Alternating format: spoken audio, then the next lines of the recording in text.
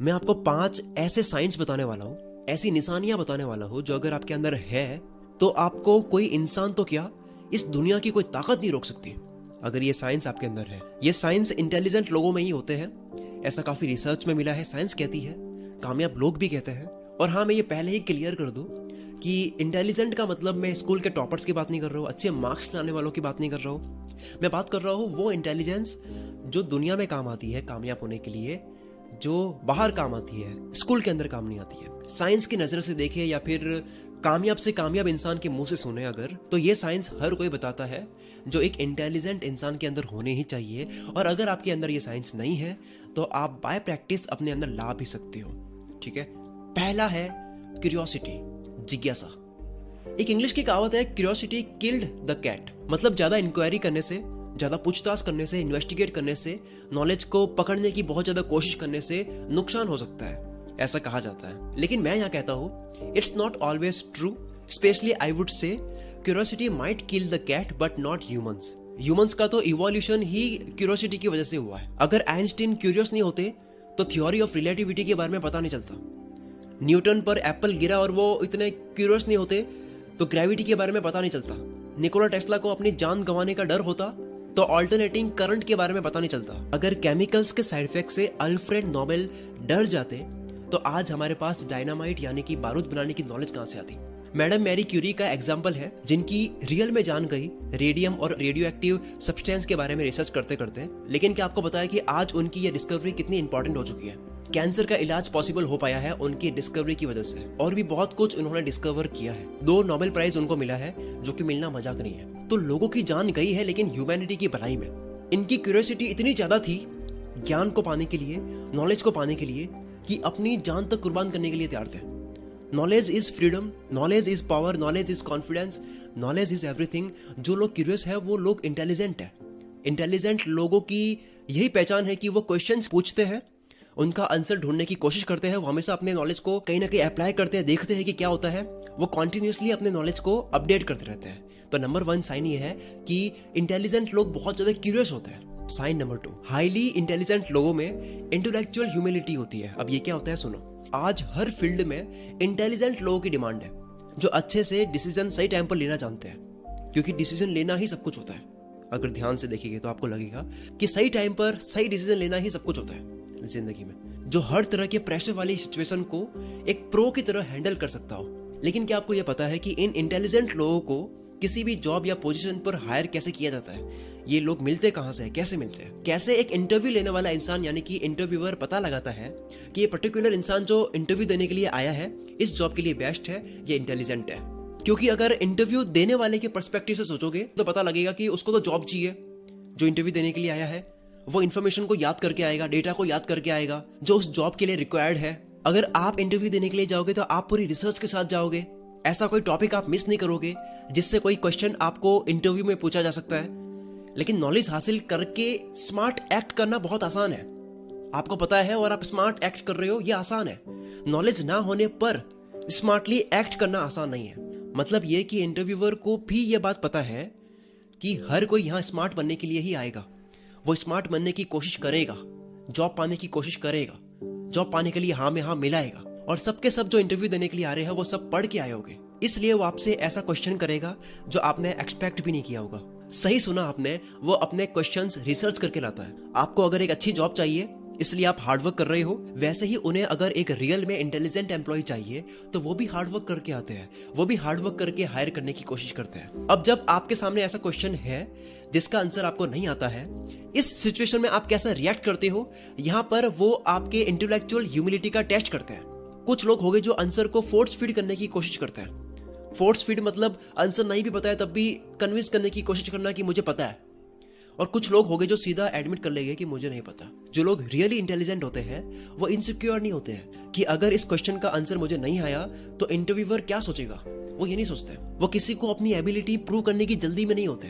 वो सीधा बोल देते कि मुझे नहीं पता, मुझे इस क्वेश्चन का आंसर नहीं पता। ये इवन बेटर है उससे कि आप कुछ भी बड़बड़ाओ और आप बेवकूफ लगो। अगर आपको नहीं पता कि आंसर क्या है तो इस बात को मान लेना ही इंटेलेक्चुअल ह्यूमिलिटी है, जो आजकल काफी रेयर है, स्पेशली इस कट थ्रोट कंपटीशन के टाइम पर जहां हर कोई अपनी जगह बनाने में लगा हुआ है। ऐसा नहीं है कि लोग हार्डवर्क नहीं कर रहे हैं, मेहनत नहीं कर रहे हैं, मेहनत सारे लोग कर रहे हैं, लेकिन कितनी ही मेहनत कर लो, इंटरव्यूअर जो है वो ऐसा क्वेश्चन आपके सामने लेकर आ ही जाएगा जिसका आंसर आपको नहीं पता होगा। तो जब नहीं पता है वहां पे आप क्या रिएक्ट करते हो वो देखते हो वो लोग। तो सीधा आपको बोलना है कि मुझे नहीं पता। और ये ना केवल इंटरव्यू के टाइम की बात है, ये हर जगह की बात है। अपने आप को जबरदस्ती स्मार्ट प्रूव करने की कोशिश मत करो, बस अपने स्किल्स पर काम करो continuously and don't try to act smart when you don't know the answer. For example, intellectually humble लोग कभी ऐसा नहीं कहेंगे कि मैं जो कह रहा हूं वो पक्का सही है। वो ये कहेंगे कि मेरी लिमिटेड नॉलेज में ये बात सही है। वो चीजों को ब्लाइंडली फॉलो नहीं करते, वो ट्रूथ और प्रैक्टिकल नॉलेज को अपनी ईगो से ज्यादा वैल्यू करते हैं। वो किसी के क्रिटिसिज्म को अपने फेवर में ही मानते हैं और उसको एनालाइज करके सीखने की कोशिश करते हैं। मजाक बना भी है तो देखेंगे कि मजाक क्यों बना है, उसके ऊपर काम करते हैं वो लोग। साइन नंबर 3, ये लोग स्ट्रीट स्मार्ट होते हैं, जो कि एकेडमिकली स्मार्ट लोगों में नहीं होती है। कभी आपके साथ में ऐसा हुआ है कि एक कन्फ्रंटिंग सिचुएशन में आप किसी के साथ में आमने सामने होकर आए हो, मतलब किसी के साथ में आप आर्ग्यूमेंट करके आए हो और वो आर्ग्यूमेंट ओवर हो चुका है, बहस खत्म हो गई है, आप घर आ चुके हो, लेकिन अब दिमाग में कॉन्टिन्यूसली वो पूरा सीन चल रहा है और आपके दिमाग में कॉन्टिन्यूसली ये बातें आ रही है कि मैं ये बोल सकता था, ये जवाब मैं दे सकता था, ये बात ना कह करके मैं ये बात कहता था, कितना मजा आ जाता, मेरे पास ये डायलॉग था, ये बोल देता, सामने वाले की बोलती बंद कर देता, वगैरह वगैरह। बट ये सारी बातें तब याद नहीं आती है जब आर्ग्यूमेंट चल रहा होता है, जब बहस हो रही होती है। अच्छे सॉलिड लॉजिक्स पॉइंट्स याद नहीं आती उस वक्त, वो बाद में याद आता है। लेकिन आपको पता है कि ये चीज स्ट्रीट स्मार्ट लोगों में नहीं होती है, कभी नहीं होती है। वो उसी वक्त जवाब देना जानते हैं, उनका दिमाग उसी वक्त काम करता है। वो बाद में घर पे आके ऐसा नहीं बोलते कि शायद मैं ऐसा बोल देता, वो जवाब अच्छे से देना जानते हैं। वो मैनिपुलेट करने में अच्छे होते हैं, उनको रिग्रेट नहीं होता कि यार काश ऐसा कर लेता या मुझे दबा दिया गया। बहुत से लोगों में यह मिथ है कि एकेडमिकली स्मार्ट लोग, एकेडमिकली मतलब जो स्कूल और कॉलेज में होशियार होते हैं, ये लोग हमेशा लाइफ में अच्छा कर पाते हैं, या जो लोग स्कूल और कॉलेज में बहुत अच्छा कर चुके हैं उन्हें जॉब्स या करियर वाइज हमेशा सक्सेस मिलती है। ऐसा जरूरी नहीं है। येल यूनिवर्सिटी के साइंटिस्ट ने भी एक रिसर्च की और ये बताया है कि कैसे स्ट्रीट स्मार्टनेस जो एक क्वालिटी है, ये काफी हद तक उन लोगों में पाई जाती है जो जिंदगी में बहुत अच्छा करते हैं। और हर उस इंसान में जिसको बड़ा बनना है, उसके अंदर स्ट्रीट स्मार्टनेस होनी ही चाहिए। स्ट्रीट स्मार्टनेस का मतलब है कि लाइफ की डेली प्रैक्टिकल प्रॉब्लम्स को जल्दी जल्दी सॉल्व कर देना। आपके सामने कोई भी छोटी से छोटी प्रॉब्लम आती है, आप हर मोमेंट में कैसे उससे डील करते हो, चाहे वो रोड क्रॉस करनी हो, किसी से बात करनी हो, अननोन इंसान से बात करनी हो, रास्ता पूछना हो, चाहे वो बार्गेनिंग करनी हो, पैसे कम करवाने हो, कैसे लोगों को स्मार्टली मैनिपुलेट करना और अपना काम निकलवाना, ये कहलाती है स्ट्रीट स्मार्टनेस। फॉर एग्जाम्पल, जो लोग एकेडमिकली स्मार्ट है, अपने काम में अच्छे हैं, लेकिन उनको अगर किसी सड़क की दुकान में भेजो तो वो किसी भी चीज को परचेस करते वक्त में वो बार्गेनिंग नहीं करेंगे, वो बार्गेनिंग कर ही नहीं पाएंगे। इनको ठग सकता है कोई भी, इनको दुनिया ठग सकती है। जबकि वही स्ट्रीट स्मार्ट लोग उस दुकान वाले से ऐसे इंटरेक्ट करेंगे कि वो सामने वाले को डिस्काउंट देने पर मजबूर कर देगा। स्ट्रीट स्मार्ट लोगों के पास में हाजिरी जवाब होता है, वो खड़े खड़े ऐसे वैलिड लॉजिक्स देंगे तो वो दुकानदार भी सोचेगा कि यार चलो इसकी प्राइस कम कर लेते हैं। और ये केवल एक एग्जाम्पल है, ये हर सिचुएशन की बात कर रहा हूं मैं। जिंदगी में पता नहीं कितने मोमेंट्स होते हैं जहां पे चालाकी से बात करनी आनी चाहिए, तो इनको चालाकी से बात करनी आती है। स्ट्रीट स्मार्ट लोग हर सिचुएशन में जितना जल्दी सॉल्यूशन सोच लेते हैं, उतना जल्दी एक एकेडमिकली इंसान कभी नहीं सोच सकता। और आजकल मार्केट में तो क्या, हर जगह, घर में, ऑफिस में, हर जगह स्ट्रीट स्मार्ट लोगों की ज्यादा वैल्यू होती है कंपेयर टू एकेडमिकली स्मार्ट लोगों के। Sign number 4, highly intelligent people are meta. एक नया वर्ड है, आजकल मार्केट में बड़ा फेमस हो रहा है, मेटा सेल्फ रेफरेंशियल। अगर आप एक फिल्म देख रहे हो फिल्म मेकिंग के बारे में, तो फिल्म मेटा है। अगर आप एक ऐसा गेम खेल रहे हो जिसमें आपका प्लेयर भी खेल रहा है, तो गेम मेटा है। या कोई न्यूज़पेपर खुद के बारे में ही लिखता है, तो ये भी मेटा है। मतलब हाईली इंटेलिजेंट लोग सेल्फ रेफरेंशियल होते हैं, मेटा होते हैं। सेल्फ रेफरेंशियल मतलब वो अपने हर एक्शन को काफी क्लोजली खुद मॉनिटर करते हैं, अपने हर काम को काफी अच्छे से जज करते हैं, अपनी ही कमियां और खूबियां दोनों एनालाइज खुद करते हैं। यानी अगर इनकी झूठी तारीफ करेंगे तो इनके ब्रेन में नहीं चढ़ती, इनके दिमाग में नहीं चढ़ती है झूठी तारीफ। इनको पता है कि वो तारीफ झूठी है। उन्हें खुद को और खुद की एबिलिटीज को लेकर कोई गलतफहमी नहीं होती है। वो बहुत अच्छे से खुद की एबिलिटीज और कमियों को जानते हैं, क्योंकि वो खुद के ही सबसे बड़े क्रिटिक होते हैं। उनको पता है कि मैं क्या हूँ, मेरी कमियां क्या है, मैं कहाँ चीता हूँ, कहाँ चीता नहीं हूँ, कहाँ बनना बाकी है चीता। वो सेल्फ एनालाइज करते हैं, जो भी करते हैं बहुत ही कन्विक्शन के साथ करते हैं, बहुत ज्यादा सेल्फ अवेयर होके करते हैं। अपने एक्शंस के वैलिडेशन के लिए किसी पर डिपेंड नहीं होते हैं। वो अक्सर खुद से बात करते हैं और ये पागलपन नहीं है।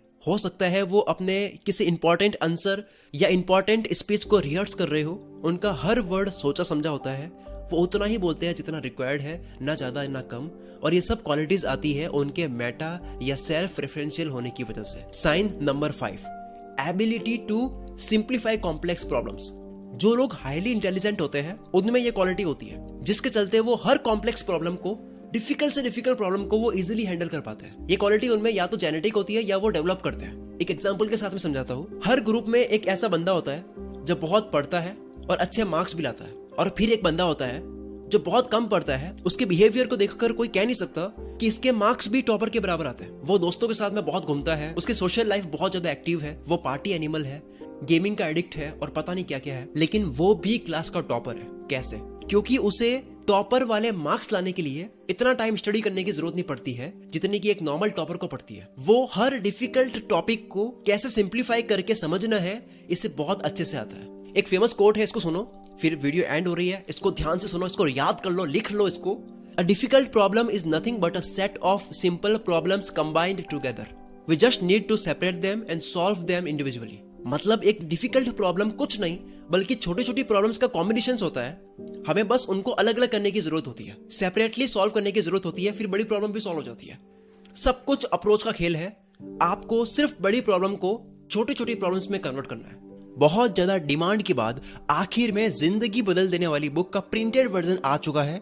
आप मेरी बुक आलस का मनोविज्ञान अभी अमेज़न से बाय कर सकते हैं। हिंदी और इंग्लिश दोनों लैंग्वेज में है। इंग्लिश में इसका नाम है the psychology of laziness, Hindi में है आलस का मनोविज्ञान। काफी लोग मोबाइल से नहीं पढ़ पाते, इसके लिए मैंने पेपर बैग यानी कि फिजिकल बुक लाई है। ऑलरेडी काफी लोगों ने इसका ई बुक वर्जन को मोबाइल में पढ़कर कि इस बुक को पढ़ने के बाद में उनकी जिंदगी की तरफ, आलस की तरफ, मेहनत की तरफ, करियर की तरफ देखने का नजरिया ही बदल गया। कुछ लोग महीनों के बाद में सीधे वो जिंदगी बदल कर आते हैं और खुशी के आंसू मुझे मेल लिखते हैं कि उनकी पूरी जिंदगी बदल गई इस बुक को पढ़ने के बाद में। इस बुक को मरने से पहले हर इंसान को पढ़नी ही चाहिए, ऐसा इस बुक को पढ़ने के बाद में हर इंसान को लगता है। इस किताब में बताई गई बातें इस दुनिया के अंतिम इंसान तक पहुंचनी चाहिए, ऐसी बातें हैं इसके अंदर। हर घर में ये बुक होनी चाहिए, वैसी ये किताब है। इस बुक को आप अभी से अमेज़न से ले सकते हैं। इसका लिंक आपको इस वीडियो के डिस्क्रिप्शन में मिल जाएगा। अभी जाओ, डिस्क्रिप्शन में हिंदी इंग्लिश दोनों भाषा में है। हिंदी भाषा में ऐसी है कि ऐसा लगेगा कि आप मुझसे बात कर रहे हो, चैटिंग वाली लैंग्वेज है, एकदम बोरिंग हिंदी नहीं है इसके अंदर। और इंग्लिश में ऐसी है कि आप बहुत आसानी से रीड कर सकते हो, ऐसी है। अभी जाओ रीड करो, मुझे बताओ कि ये बुक आपको कैसी लगी। आप रिव्यू दे सकते हो मुझे अमेज़न पे। अगर आपने टालने का कीड़ा ई बुक पढ़ रखी है, ये वही बुक है, इसका नाम बदल दिया है। तो अगर आपने टालने का कीड़ा पढ़ रखी है और आप इसका पेपरबैक वर्जन खरीद रहे हो तो आप इस बुक का रिव्यू वहां दे सकते हो, मुझे सपोर्ट कर सकते हो। पहली किताब मेरी लॉन्च हुई है जो पेपरबैक वर्जन में है। Wish you all the very best. मैं शकील कुल मित्र से आपके सपनों को सपोर्ट करता हूं।